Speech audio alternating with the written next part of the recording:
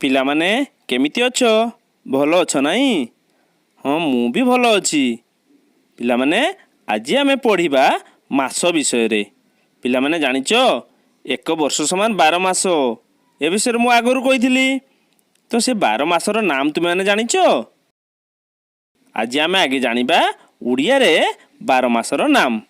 ବୈଶାଖ, ଜ୍ୟେଷ୍ଠ, ଆଷାଢ଼, ଶ୍ରାବଣ, ଭାଦ୍ରବ, ଆଶ୍ୱିନ, କାର୍ତ୍ତିକ, ମାର୍ଗଶିର, ପୌଷ, ମାଘ, ଫାଲ୍ଗୁନ, ଚୈତ୍ର। ପିଲାମାନେ ଆମେ ଓଡ଼ିଆର ମାସ ଗୁଡ଼ିକର ନାମ ଜାଣିଲେ, ସେହିଭଳି ଇଂରାଜୀର ମାସ ଗୁଡ଼ିକର ନାମ ଏବେ ଜାଣିବା।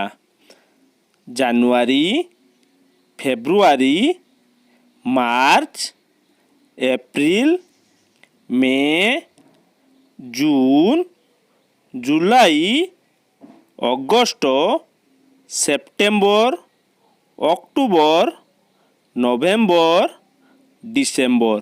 ପିଲାମାନେ ଆମେ ଓଡ଼ିଆର ମାସର ନାମ ଜାଣିଲେ ଆଉ ଇଂରାଜୀର ମାସର ନାମ ଜାଣିଲେ। ପିଲାମାନେ ଜାଣିଛ 30 ଦିନିଆ ମାସ ଅଛି, 31 ଦିନିଆ ମାସ ଅଛି, 28 ଦିନିଆ ମାସ ଅଛି ଏବଂ 29 ଦିନିଆ ମଧ୍ୟ ମାସ ଅଛି। ପିଲାମାନେ 30 ଦିନିଆ ମାସ ଗୁଡ଼ିକର ନାମ ହେଲା ଏପ୍ରିଲ, ଜୁନ୍, ସେପ୍ଟେମ୍ବର ଓ ନଭେମ୍ବର। ସେହିଭଳି 31 ଦିନିଆ ମାସ ଗୁଡ଼ିକର ନାମ ହେଲା January, March, May, July, August, October ଓ ଡିସେମ୍ବର। ସେପରି 28 ଦିନିଆ ମାସ କିଏ ଜାଣିଛ? ଫେବୃଆରୀ ମାସ ହେଲା 28 ଦିନ। 29 ଦିନିଆ ମାସ ପ୍ରତି 4 ବର୍ଷରେ ଥରେ ଫେବୃଆରୀ ମାସ 29 ଦିନ ହୁଏ।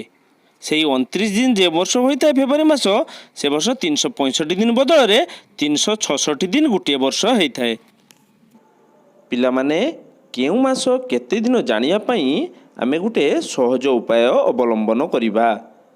ଦେଖ ପିଲାମାନେ, ମୁଁ ମୋର ବାମ ହାତକୁ ମୁଠା ବନ୍ଦ କରିନେଇଛି। ତୁମେ ବି ସେମିତି ତୁମ ବାମ ହାତ ମୁଠା ବନ୍ଦ କରିନିଅ। ପିଲାମାନେ ଏବେ ଚିତ୍ରଟାକୁ ଭଲ ଭାବରେ ଦେଖ। ଦେଖ, ମୁଁ ମୋର ବୁଢ଼ା ଆଙ୍ଗୁଠି ବାଦ ଦେଲା ପରେ ଯେଉଁ ଆଙ୍ଗୁଠି ରହିଛି ତାକୁ ମୁଁ ଜାନୁଆରୀ ମାସ ବୋଲି ଧରିଛି, କାହିଁକିନା ସେଇଟା ଦେଖ ଉଚ୍ଚା ଅଛି ଆଙ୍ଗୁଠିଟା। ତାପରେ ଦେଖ ପିଲାମାନେ, ଗଭୀର ଅଂଶଟାକୁ ଫେବୃଆରୀ, ପୁଣି ଦେଖ ଗୋଟିଏ ଆଙ୍ଗୁଠି ଯେଉଁ ଉଚ୍ଚା ଅଛି ସେଟାକୁ ମାର୍ଚ୍ଚ, ପୁଣି ଗଭୀର ଅଂଶ ଏପ୍ରିଲ, ପୁଣି ଆଙ୍ଗୁଠିର ଉଚ୍ଚାଟାକୁ ମେ, ପୁଣି ଗଭୀର ଅଂଶଟାକୁ ଜୁନ୍, ପୁଣି ଆଙ୍ଗୁଠିର କେନି ଆଙ୍ଗୁଳିର ମୁଠାଟାକୁ ଜୁଲାଇ ବୋଲି ଧରିଛି। ପୁଣି ପିଲାମାନେ କେନି ଆଙ୍ଗୁଳିରୁ ପଛକୁ ଆମେ ଫେରିବା।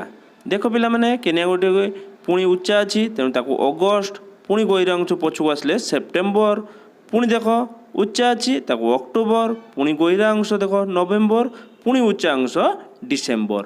ପିଲାମାନେ ଯେତିକ ଆଙ୍ଗୁଠି ସବୁ ଉଚ୍ଚା ସେଗୁଡ଼ାକ 31, ବାକି ଫେବୃଆରୀ ଛାଡ଼ିଦେଲା ପରେ ଆଉ ସବୁ ଗହିରା ଅଂଶଟା 30।